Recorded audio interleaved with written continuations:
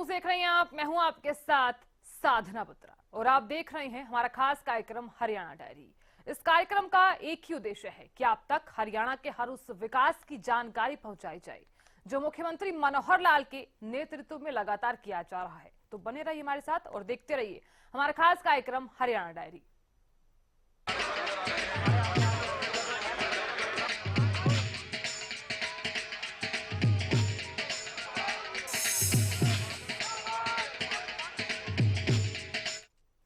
आदमपुर उपचुनाव के नतीजे आए। आदमपुर में बीजेपी का सूखा खत्म हुआ और भव्य बिश्नोई की मनोहर जीत हुई। 15,740 मतों के भारी अंतर से भव्य बिश्नोई की जीत हुई है। मुख्यमंत्री मनोहर लाल के अलावा तमाम कैबिनेट मंत्री और बीजेपी नेताओं ने इसे सुशासन की जीत बताया। रिपोर्ट देखिए।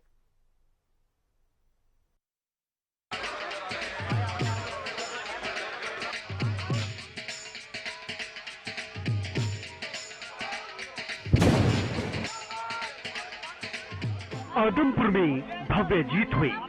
बीजेपी का सूखा खत्म हुआ और बीजेपी का फूल मनोहर अंदाज में खिला।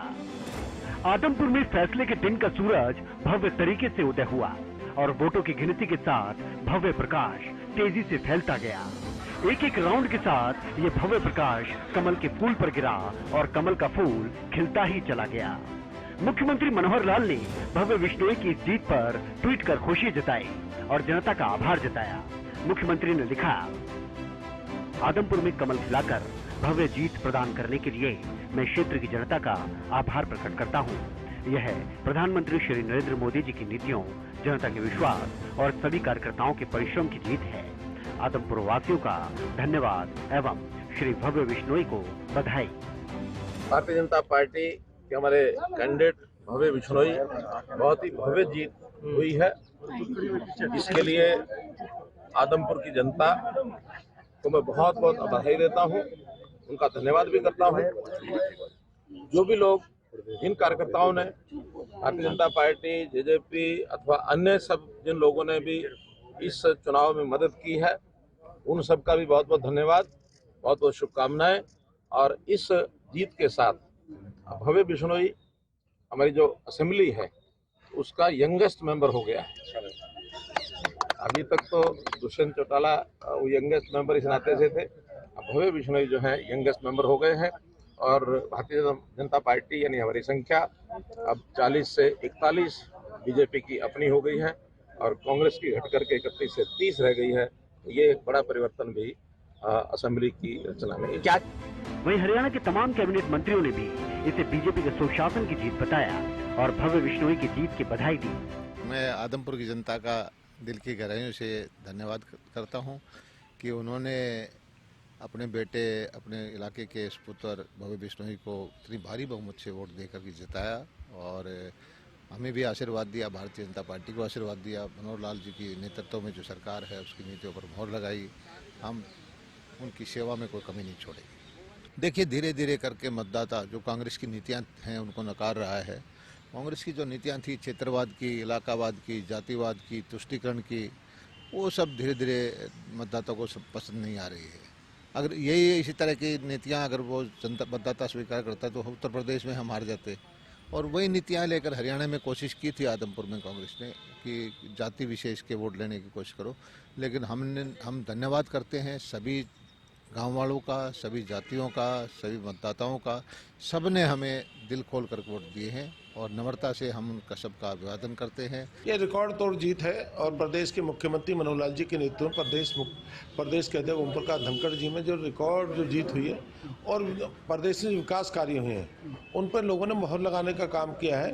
और जो लोगों को भरोसा और विश्वास है प्रदेश के मुख्यमंत्री मनोहर लाल जी के नेतृत्व में, जो प्रदेश में जो विकास है, ऐतिहासिक विकास हुए हैं, जो सरकार ने किया, देश के प्रधानमंत्री जी की जो देश की जो नीति है उन पर मोहर लगाने का काम किया, ये भविष्य की बड़ी जीत है। दावे किए जा रहे थे मंत्री जी, नहलों के तरफ से दावा था, कांग्रेस की तरफ से भी दावा था, उनके लिए क्या आप कहना चाहेंगे? नहीं, मेरा तो ये कहना उनके दावे थे, दावों के पीछे कुछ भी नहीं था, दावे ही दावे थे। ये आपको भी जानकारी, हमको भी जानना है। ये चुनाव तो कांग्रेस और बीजेपी के बीच में था और ये बहुत बड़ी लंबी जीत हुई है। आपने पहले भी कहा था कि लोग दावे करते हैं और 3 तारीख को हवा निकल जाएगी। मैं तो ये भी कहा था जब तक हार का सर्टिफिकेट हाथ में नहीं लेंगे जब तक नहीं मानेंगे और जमानत जब्त हो जाएंगी। ये बड़ी जीत है, कभी कोई हार नहीं मानता। हरियाणा की रीति नीति हम जानते हैं, जो जीतता है भव्य विश्वनाथ की बड़ी जीत है। क्या विश्वास दिलाएंगे आप जनता को आदमपुर नहीं, प्रदेश के लोगों को भरोसा विश्वास है, उनकी नीति पे कार्यों पे भरोसा रखा है, विश्वास क्या रखा उनकी है। उम्मीदों पर अब खरी उतर पाएगी? नहीं, पूरे प्रदेश को भरोसा है। आदमपुर में ऐतिहासिक जो काम बचे मुख्यमंत्री जी करते हैं, पर और रिकॉर्ड तोड़ काम होंगे। आदमपुर विधानसभा की ये 36 बरादरी की जीत है। आदमपुर विधानसभा की जो 26 साल से विकास की दृष्टि से अपोजिशन में जूझ रहा था, जिसके लिए भूपेंद्र सिंह हुड्डा जिम्मेवार है, क्योंकि 2005 और 2009 में 2 बार वो हरियाणा प्रदेश के मुख्यमंत्री रहे, लेकिन आदमपुर विधानसभा में एक भी ईंट लगाने का काम नहीं किया। तो इसलिए आज आदमपुर विधानसभा की जनता ने भारतीय जनता पार्टी के प्रति, माननीय मनोहर लाल मुख्यमंत्री के प्रति, देश के प्रधानमंत्री नरेंद्र मोदी के प्रति और सभी चौधरी भजनलाल परिवार के प्रति आस्था जता करके भव्य बिश्नोई को जिताया। मुख्यमंत्री जी चंडीगढ़ में है। मुख्यमंत्री जी ने संगठन ने सह प्रभारी जिम्मेवारी किशन कुमार के लगा। जनता ने युवा एमएलए विधानसभा में भेजा है, क्या पद मिलेगा? मैं कहती है मुख्यमंत्री के अधिकार की बात होती, मंत्री बनाना संगठन के अधिकार की बात है, लेकिन मैं कह सकता हूं कि हमारा भव्य बिश्नोई इतना पढ़ा लिखा इंटेलिजेंट आदमपुर विधानसभा के बच्चे को विधानसभा में चुनकर भेजने का काम कर रहे हैं, जिससे कि वो विधानसभा से बाहर। आदमपुर की जो जीत में जो रुकावट आई हुई थी, क्या लगता है जिस तरह मुख्यमंत्री ने आदमपुर की रैली में कहा था, आदमपुर विधानसभा के मतदाताओं से अपील की थी, आप युवा भव्य बिश्नोई को आप विधायक बनाकर मेरे को हाथ पकड़वा दें, बाकी काम मेरा है और 2 साल का जो पीरियड बाकी है मैं खुद इसको देखूंगा। आम आदमी पार्टी से भगवंत मान और केजरीवाल यहाँ पर जब चुनाव प्रचार में आए थे, उन्होंने खाता खोला, मैंने पहले कहा था इन दोनों पार्टियों की जमानत जब्त होगी। जमानत जब्त हुई है। केजरीवाल तो ऐसा व्यक्ति है, जैसे पंजाब में होता तो कहता कि मैं हरियाणा में एक बूंद भी एसवाइल पानी की नहीं जाने दूंगा। हरियाणा में आता तो कहते एक बूंद पानी के एसवाइल की लेकर आऊंगा। मैंने पहले भी कहा था, जिस प्रकार जो दो मुंह या सांप होता है वो दोनों तरफ से काटता है, केजरीवाल की वो बयानबाजी। तो कांग्रेस की कहीं ना कहीं गुटबाजी जीत का कारण है। कांग्रेस पार्टी में सदा गुटबंदी रही है। जब भी आम जनरल चुनाव हो, वैसे चुनाव हो, ये जैसे पूर्व पश्चिम उत्तर दक्षिण 4 दिशाएं होती है, तो चारों दिशाओं में इनके 4 मुख्यमंत्री होते हैं। जिस भी दिशा में जाते हैं उसको मुख्यमंत्री प्रोजेक्ट करते हैं, रिजल्ट फिर 0 रहता है। इसलिए ये चुनाव केवल भूपेंद्र सिंह हुड्डा का था। किरण चौधरी कहाँ थी, रणदीप सुरजेवाला कहाँ था, कैप्टन अजय सिंह कहाँ था, शैलजा कहाँ थी। इसलिए कांग्रेस पार्टी पूरे देश में प्रदेश में फूट है, इसलिए भविष्य में इस प्रकार से रहे। भजनलाल की जीत है, जो है कह सकते हैं कि नीतियों की जीत है। इसमें भारतीय जनता पार्टी की नीतियों की जीत है। चौधरी भजनलाल परिवार के प्रति लोगों की आस्था है।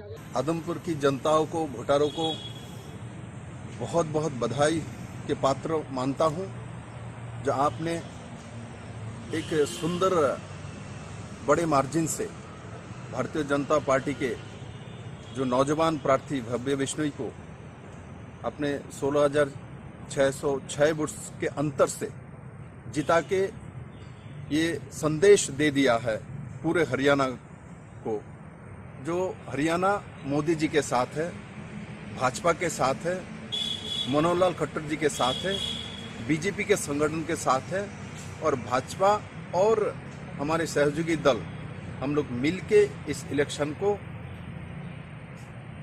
लड़े हैं।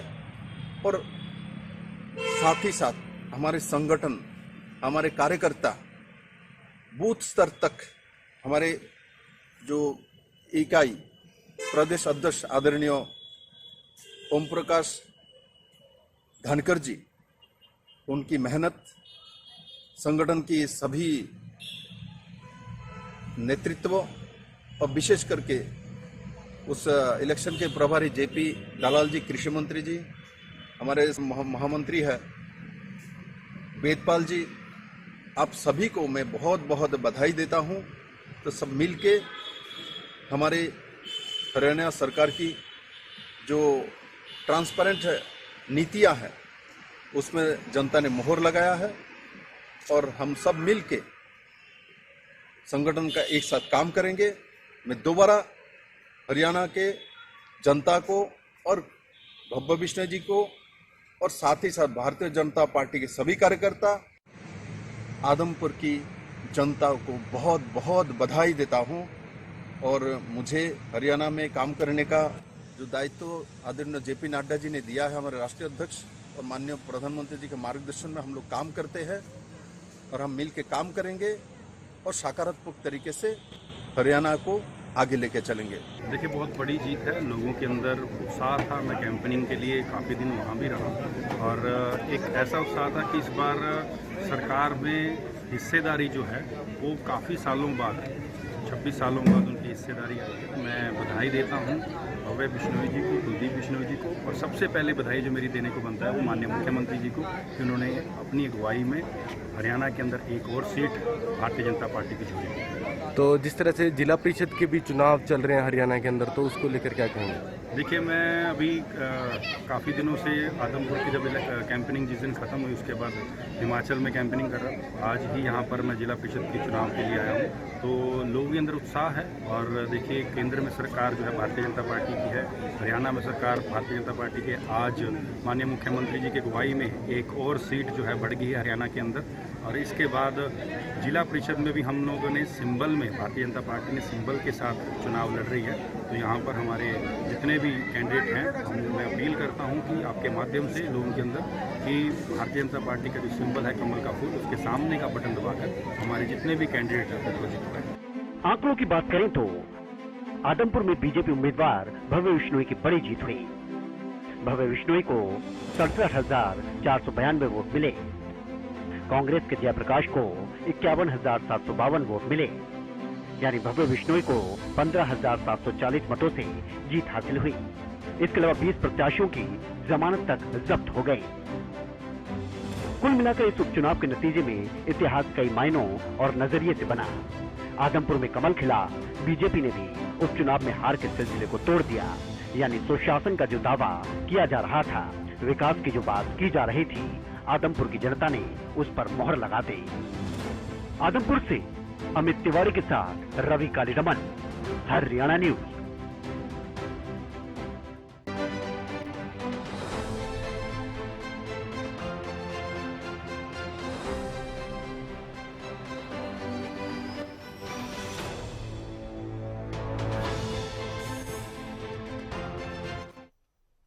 उधर रोहतक में पंडित भगवत दयाल शर्मा विश्वविद्यालय के दूसरे दीक्षांत समारोह में मुख्यमंत्री मनोहर लाल ने शिरकत की। इस मौके पर मुख्यमंत्री मनोहर लाल ने सभी डिग्री धारकों को बधाई दी।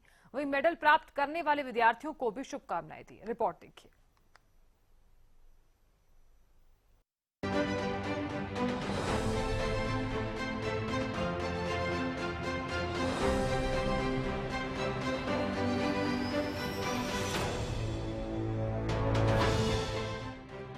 रोहतक के पंडित भगवत दयाल शर्मा विश्वविद्यालय के दूसरे दीक्षांत समारोह में राज्यपाल बंडारू दत्तात्रेय, मुख्यमंत्री मनोहर लाल और गृह मंत्री अनिल विज ने शिरकत की।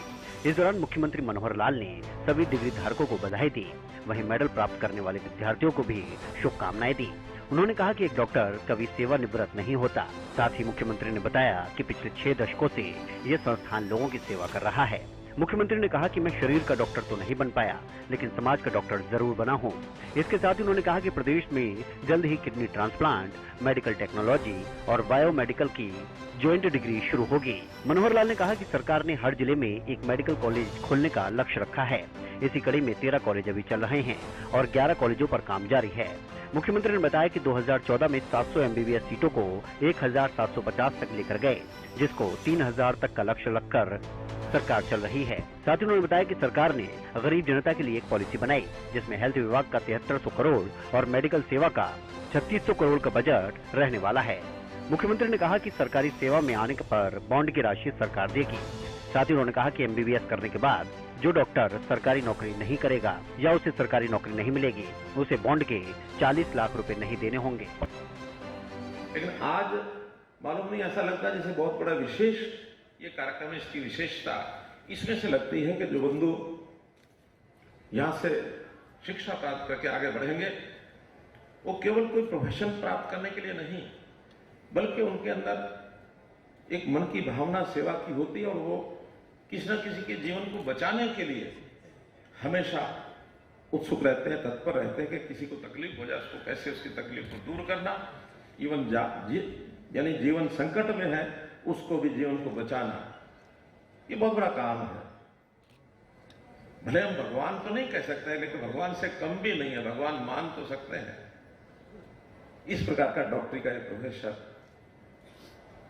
इसमें आप लोग आगे बढ़ रहे हैं, आपकी जो जीवन शुरू होगा। तो ऐसा कहते हैं कि एक डॉक्टर जब बन जाता तो भले वो सर्विस करने लग गया या किसी और काम में अपने निजी की व्यवसाय में लग गया तो उसको जीवन भर सेवानिवृत्त नहीं करा, तो वही डेजिग्नेशन का लगातार चलता है। उसको कभी ex colonel, ex general, ex captain ये नहीं कहते, वो लगातार अपने जीवन का उस ओहदे को लेकर के अंतिम सांस तक चलता है। ऐसे ही डॉक्टर होता है। डॉक्टरी भी कभी अपनी सेवानिवृत्ति के बाद भी वो एक्स डॉक्टर नहीं होता। डॉक्टर का एक ऐसा उसका काम है कि बड़ी आयु के बाद भी लोगों की श्रद्धा रहती है। बहुत सी कंसल्टेशन उसे करते रहते हैं कि डॉक्टर साहब मैं इस डॉक्टर के पास गया था, उन्होंने ये मुझे बताया है, जरा आप भी इसके ऊपर अपनी सलाह दीजिए, मशवरा दीजिए, कंसल्टेशन मुझे दीजिए। तो डॉक्टर के प्रति और खास करके एक अच्छे डॉक्टर के प्रति लगातार ये जो श्रद्धा का भाव रहता है, ये बहुत ही हमको बाकी समाज से ये अलग हमको करता है कि मुझे सरकारी सेवा में कुछ समय लगाना है। ऐसा नहीं कि आज पास किया, पोस्ट ग्रेजुएशन की, कहीं विदेश में गए, अच्छा सा कहीं ऐसा हॉस्पिटल में, प्राइवेट हॉस्पिटल में बड़ी अच्छी सी नौकरी मिल गई, स्टेट का लाभ नहीं होगा, स्टेट की जनता का लाभ नहीं होगा। अगर हमको 28,000 डॉक्टर्स की सेवा जनता के लिए, खास करके गरीब जनता की तरह करनी है, तो कुछ डॉक्टर्स को अपने आप को बांधना पड़ेगा कि नहीं हम सेवा हरियाणा के अंदर करेंगे, हरियाणा के अंदर नहीं भी करेंगे, मानो आर्मी में जाएंगे, मानो सरकारी सेवा सेंट्रल गवर्नमेंट की है, ESI की है, कुछ भी है, लेकिन सेवा के लिए करें, मेवा के लिए ना करें। और जो मिलता है सरकारी सेवा में उसी को मेवा मान लें, उसी से काम चला लें। जो प्रलोभन शुरू हो जाते हैं इसको रोकना चाहिए, क्योंकि बहुत बड़ा खर्च होता है सारे सिस्टम में। हमारा जो बजट है, आज बजट के बारे में इतना बताऊंगा मैं कि हमारा जो हेल्थ का बजट है वो लगभग 7,300 करोड़ है, और जो मेडिकल एजुकेशन का है वो 3,600 करोड़ है। सब मिला लें तो 11,000 करोड़ रुपया मेडिकल सेवा के लिए जाता है। और जब ये मेडिकल कॉलेज सब और 10, 12, 13 जो और बन रहे हैं वो सब बन जाएंगे तो ये बजट 16-17 करोड़ करा जाएगा। अब ये 16-17 करोड़ कहीं से लाएंगे तभी तो देंगे। इसलिए इसमें थोड़ा सा हमको ये सिस्टम ही बदलना है कि हम सरकारी सेवा में अपना मन बनाकर रखें, उसमें जाए। हाँ, अगर जो मेवा कमाने के लिए जाएगा उसका थोड़ा योगदान जब वो कमाने लगेगा, आज नहीं, जब वो कमाने लगेगा उसका शेयर आज की शिक्षा के बदले वो देगा। उसके माता पिता पर कोई खर्च नहीं डालने वाले हैं, और किन्हीं कारणों से वो पैसा वो नहीं चुका कर पाएगा, वो गारंटी भी सरकार ने ली है कि सरकार उसको पे करेगी, उससे नहीं ले पाएंगे। प्रश्न कुछ लोग करते हैं कि मान लो नौकरी नहीं लगी, हरियाणा सरकार ने भी नौकरी में नहीं लिया, बाहर भी नहीं लगी, उस समय उससे कुछ नहीं लिया जाएगा। जो हरियाणा सरकार की नौकरी से ऊपर अपनी सर्विस में कहीं जाएगा, केवल उसी से उतना शेयर लेने की बात कही है, जिसके लिए पॉलिसी बनाई है। मैं अपने सब नए विद्यार्थियों से जो आने वाले हैं उनसे बात करूंगा कि इसमें कहीं किसी को बोझ नहीं डाला है, केवल एक मन बनाया है कि आप सरकारी नौकरी करें। ये विषय मुझे आपके सामने रखना था, इसलिए मैंने इसको आपके सामने रखा है। मैं तो जैसा मैंने बताया कि सब जिलों में हमारे मेडिकल कॉलेज होने जा रहे हैं, डॉक्टर की संख्या का विषय मैंने आपको बता दिया। अब इसमें इतना ही है कि हम आम आदमी की सेवा के लिए ग्रामीण क्षेत्र में भी अपनी सेवा देने के लिए तैयार रहें। कुछ समय वहां जरूर जाके लगाना चाहिए, क्योंकि हर परिवार को, गरीब से गरीब परिवार को भी मेडिकल सेवा देना, हेल्थ की उसकी सेवा करना, ये हमारा दायित्व है। हम अभी शिक्षा प्राप्त करके डिग्री लेकर, मास्टर्स भी लेकर हम अभी अपने जीवन में एक नया अध्याय प्रारंभ करने के लिए जा रहे हैं। अभी तक आपका जीवन एक अलग रहा है, लेकिन अभी आगे आने वाला जीवन आपका बहुत ही महत्वपूर्ण है। और ये प्रोफेशन, ये डॉक्टर का जो प्रोफेशन जो है बहुत ही पवित्र माना जाता है। हमारे समाज में भगवान दिखता नहीं, पता नहीं, लेकिन दिखने वाला भगवान डॉक्टर कहा जाता है। तो इसलिए आपको जनता जो है दिखने वाले भगवान समझते हैं। तो इसलिए आप लोग सेवा भाव जो आप लोगों ने आज प्रतिज्ञा लिया है, समाज सेवा में डॉक्टर जो है विशेष रूप से बहुत शांति से रहना चाहिए। आपका मन जितना पसंद रहेगा, पेशेंट का मन उतना पसंद होगा। आप उसकी दवा दिए नहीं दिए, लेकिन आप उसके हाथ पकड़ के उसको अच्छे बातचीत करके विश्वास दिलाइए, आधा जो उसका रोग जो है खत्म हो जाएगा। इसलिए आपका जो प्रवर्तन रहता है, आपका बिहेवियर रहता है, वो बहुत ही प्रभाव होता है। छात्रों के लिए हरियाणा सरकार की तरफ से चलाई जा रही योजनाओं का लाभ बड़े स्तर पर उन्हें मिल रहा है। अब हर तबके का बच्चा शिक्षित हो रहा है और आत्मनिर्भर बनने की ओर कदम उठा रहा है। साथ ही हर जिले में मेडिकल कॉलेज बनाने का लक्ष्य लेकर सरकार काम कर रही है, जिसका नतीजा है कि 13 कॉलेज अभी चल रहे हैं और जल्द ही 11 कॉलेज भी मिल जाएंगे। इसके अलावा मेडिकल कॉलेजों में भी MBBS की सीटें बढ़ाई जा रही हैं, जिसका बहुत बड़ा फायदा आने वाले समय में बच्चों को मिलेगा।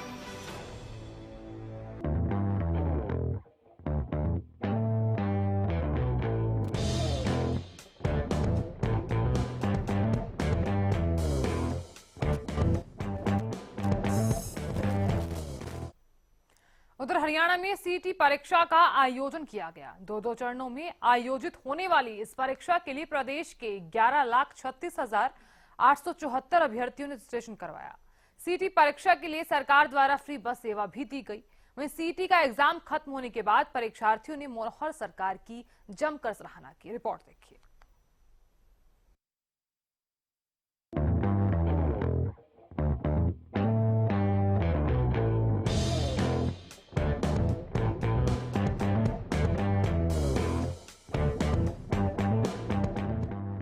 हरियाणा में सीईटी की परीक्षा का आयोजन किया गया। हरियाणा में सीईटी का एग्जाम एक त्योहार के रूप में देखा गया, जहां परीक्षार्थी अपने गंतव्य स्थान के लिए पहुंचने के लिए काफी उत्साहित नजर आए और वहीं रोडवेज के बेहतरीन इंतजाम देख करके भी उन्होंने खुशी जाहिर की। आपको बता दें, मनोहर सरकार की तरफ से इस बार परीक्षार्थियों के लिए विशेष इंतजाम किए गए थे, जिसके लिए परीक्षार्थियों ने हरियाणा की मनोहर सरकार की काफी सराहना की। आम यात्रियों के लिए भी विशेष इंतजाम किए गए थे। एग्जाम को लेकर ज्यादातर रोडवेज की बसें परीक्षार्थियों के लिए ही लगाई गई थी, तो वहीं कुछ बसें लोकल रूट पर भी भेजी गई। भाई दो, और यहाँ कहाँ पर आपका सेंटर था, किस प्रकार की व्यवस्था थी? गुड़गांव से आया हूँ और बाई ट्रेन आया हूँ। तो ये सीईटी का जो पेपर था काफ़ी अच्छा पेपर रहा है। तो सरकार की तरफ से ये पात्रता होनी चाहिए कि कोई भी मतलब इस भीड़ को ख़त्म करने के लिए टेस्ट रखा गया है कि मतलब जिस बच्चे को कुछ भी नहीं आता, जो ऐसे ही आ जाते हैं, वो ख़त्म हो जाएंगे, कम हो जाएंगे उनकी गिनती। तो like as a state CTET की तरह एक पात्रता है ये हरियाणा की तरफ से। काफ़ी अच्छा पेपर रहा है। अब की बार नॉर्मल है, मतलब हरियाणा जी क्या ये बच्चों ने जो उम्मीद लगाई थी उस पर ये खरे उतरे हैं। तो सही पेपर रहा कुल मिला करके। आज सर हमारा हरियाणा सीईटी का एग्ज़ाम है। बहुत अच्छी व्यवस्था है कि एक बस से जैसे भरती है, किसी को भी खड़े होकर नहीं जाना पड़ रहा है। बस भरते ही दूसरी डबल आती है, एक बस अभी भर जाएगी तो दूसरी तुरंत बस आ जाएगी। बहुत अच्छी व्यवस्था की है सरकार ने, तो कोई भी प्रॉब्लम नहीं हो रही है सवारियों को। कहाँ पर आपका एग्जाम? मेरा एकदम रेवाड़ी है, दारूहेड़ा में। सेकंड शिफ्ट में? हाँ जी सर। किस टाइम शुरू होगा? 3:30 बजे स्टार्ट होएगा। 3 से 5। परीक्षा देकर बाहर आए परीक्षार्थियों ने खुशी जताते हुए कहा कि इस बार उनका पेपर काफी अच्छा हुआ है, क्योंकि पेपर सिलेबस के अनुसार ही आया। उन्होंने ये भी बताया कि सरकार की ओर से भी अच्छे बंदोबस्त किए गए थे। प्रदेश भर में परीक्षार्थियों ने ये बताया कि उन्हें आने जाने में कोई दिक्कत नहीं हुई, बड़ी आसानी से उन्हें बस मिल गई और परीक्षा केंद्र पर पहुंचने में भी कोई कठिनाई नहीं आई। नहीं, अब की बार बहुत बढ़िया व्यवस्था कर रखी है जी सरकार ने, बहुत ज्यादा बढ़िया है जी व्यवस्था। अब की बार किसी भी बच्चे को कोई किसी प्रकार की परेशानी नहीं है जी। अब की बार तो बहुत अच्छा सेटलमेंट कर रखी है जी। तो आप कहाँ से आए? मैं गांव वालेवा से, जींद डिस्ट्रिक्ट से 30 किलोमीटर आगे से आया हूँ जी। आगे कालावाड़ी जाना है जी। अभी बस आने वाली है, बोल रहे हैं जी, अभी आ जाएगी जी बस। अब की बार किसी बच्चे को कोई परेशानी नहीं है जी, बिल्कुल भी। And actually the bus service was good. वहाँ पे उन्होंने कुछ पेमेंट नहीं लिया। जब हमने उनको एडमिट कार्ड दिखाया तो उन्होंने कुछ पे करने को नहीं बोला है। And exam was also good. Paper कैसा था? आसान? पेपर इजी था। लाइक अगर आपने तैयारी की हुई है पहले, जो दूसरे एग्ज़ाम्स हुए थे जैसे जो हो रखे हैं पहले, तो सिमिलर ही था, कुछ न्यू पैटर्न नहीं था। CET जो है ना, कॉमन एलिजिबिलिटी टेस्ट, तो इट्स गुड। उसको लेकर आप क्या कहना चाहिए? इस बार सिक्योरिटी अंदर अच्छी थी और मतलब जैमर्स जैसे लगे हुए हैं, कुछ आप डिवाइस नहीं लेके जा सकते अंदर, और टेक्निकली भी साउंड था, तो it's better from the last time. So it's better कि आप एक दिन पहले आके अपना सेंटर देख जाओ और आसपास देख लो, क्योंकि यहाँ पे क्योंकि सेम नेम से भी कॉलेज और स्कूल्स अलग अलग सेम होते हैं आसपास लोकेशन पे, तो आप एक बार आके पहले विजिट कर लो। हरियाणा में मनोहर सरकार की तरफ से आयोजित CET का एग्जाम 2 दिन तक चला। एक दिन में 2 शिफ्ट में परीक्षा हुई, यानी कुल 4 शिफ्टों में परीक्षा का आयोजन करवाया गया। परीक्षा कड़ी सुरक्षा के बीच हुई।